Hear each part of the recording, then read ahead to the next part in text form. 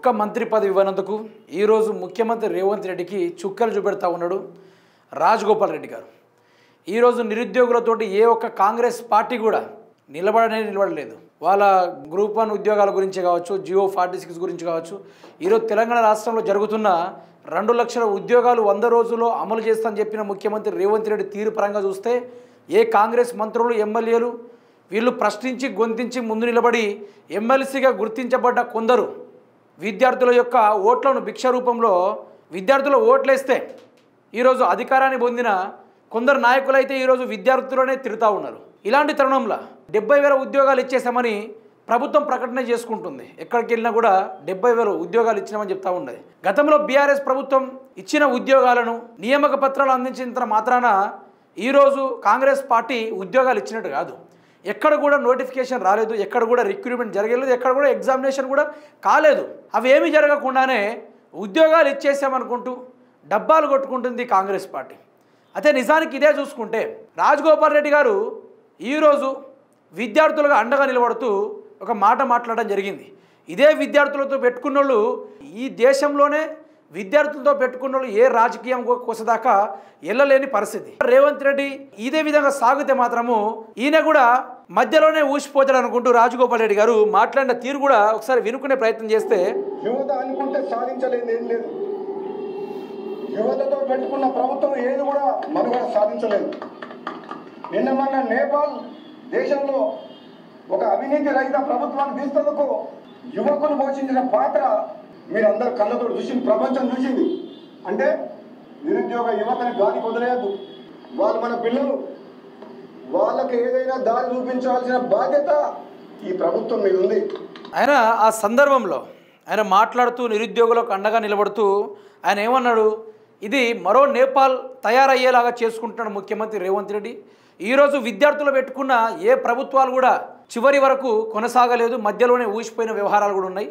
దయచేసి ప్రభుత్వం కూడా కొంచెం దీనిపై దృష్టి సారించాలి. ఇదే వైఖరిని కూడా కొనసాగిస్తే విద్యార్థులు తమ ఉద్యమాన్ని చేపడతారు. ఒకవేళ ఉద్యమాన్ని స్థాపిస్తే మళ్ళీ రేవంత్ రెడ్డి అనే ప్రభుత్వం అనేది ఉండదు, ప్రభుత్వం కుప్ప కూలిపోవాల్సిందే. ఈరోజు రేవంత్ రెడ్డి ఏవైతే నిరుద్యోగుల పట్ల ఇట్లాంటి కర్కోటకమైన నిర్ణయాలు తీసుకొని ముందుకు వెళ్తూ ఉన్నాడో ఇది కరెక్ట్ వైఖరి కాదు. మరో నేపాల్ లెక్క తయారవుతుంది తెలంగాణ రాష్ట్రం అని చెప్తా ఉన్నాడు. నేపాల్లో ఏ విధంగా అయితే సోషల్ మీడియాని అణగదొక్కిన ఆ యొక్క ప్రభుత్వాన్ని ఏ విధంగా కుప్పకూలగొట్టారో, ఆ యొక్క అవినీతికి కుంభకోణానికి పాల్పడ్డ ఆ ప్రభుత్వం యొక్క మంత్రుల కొడుకులు మంత్రుల్ని ఏ విధంగా కొట్టారో మీరు చూసిందే. దండాలు పెట్టిన పరిస్థితి. యువత తలుచుకుంటే నేపాల్ ప్రభుత్వమే కూలిపోయింది. అక్కడ ఉన్న ముఖ్యమంత్రి కావచ్చు, మంత్రులు కావచ్చు, ఎమ్మెల్యేలు కావచ్చు, వాళ్ళకున్న జెట్ సెక్యూరిటీ కూడా ఆ యొక్క యువతని ఈరోజు ఆపలేదు. అంత దారుణంగా యువత తిరగబడితే బట్టలు కూడా తీసి మరి నీళ్ళల్లో కొట్టుకుని తీసుకెళ్లిన పరిస్థితి. ఎటు దిక్కుతోచని పరిస్థితిలో ఒక మంత్రి అయితే పొర్లు దండాలు పెట్టిన పరిస్థితి. మీకు దండం పెడతా వదిలేయండి అనుకుంటూ ఈరోజు కాంగ్రెస్ ప్రభుత్వం అదే తీరుగా వ్యవహారం చేస్తూ ఉంది. తెలంగాణ అట్టుడుకుతూ ఉంది. తెలంగాణ మొత్తం మళ్ళీ ఒకసారి మరలబడేటట్టుగా ముఖ్యమంత్రి రేవంత్ రెడ్డి చేస్తూ ఉన్నాడు. ప్రజాక్షేత్రం నుంచి మొదలు పెడితే విద్యాశాఖ వరకు, నిరుద్యోగ సంస్థల వరకు ఈరోజు ఘోరంగా ఉంది పరిస్థితి. దీని పరంగా రాజగోపాల్ రెడ్డి డైరెక్ట్గా కౌంటర్ ఇస్తూ ఉన్నాడు.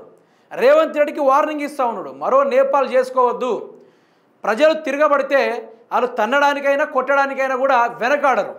ఇక్కడ నువ్వు 100 సెక్యూరిటీని మొత్తం పెట్టుకున్నా కూడా ప్రజలు బీభత్సంగా అటాక్ చేస్తారనుకుంటూ ఆయన డైరెక్ట్గా ప్రభుత్వానికి వార్నింగ్ ఇస్తూ ఉన్నాడు.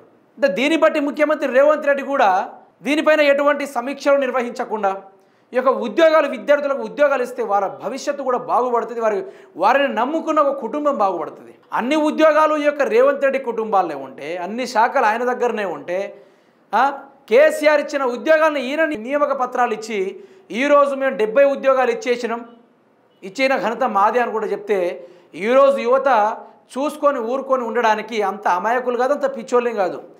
ఒకవేళ ఈ ఉద్యోగులు కనుక తిరగబడితే రాష్ట్రం వేరుంటుంది, తగలబెట్టేస్తారు, తెలంగాణ రాష్ట్రాన్ని తగలబెట్టేస్తారు. ఇది ఖాయం.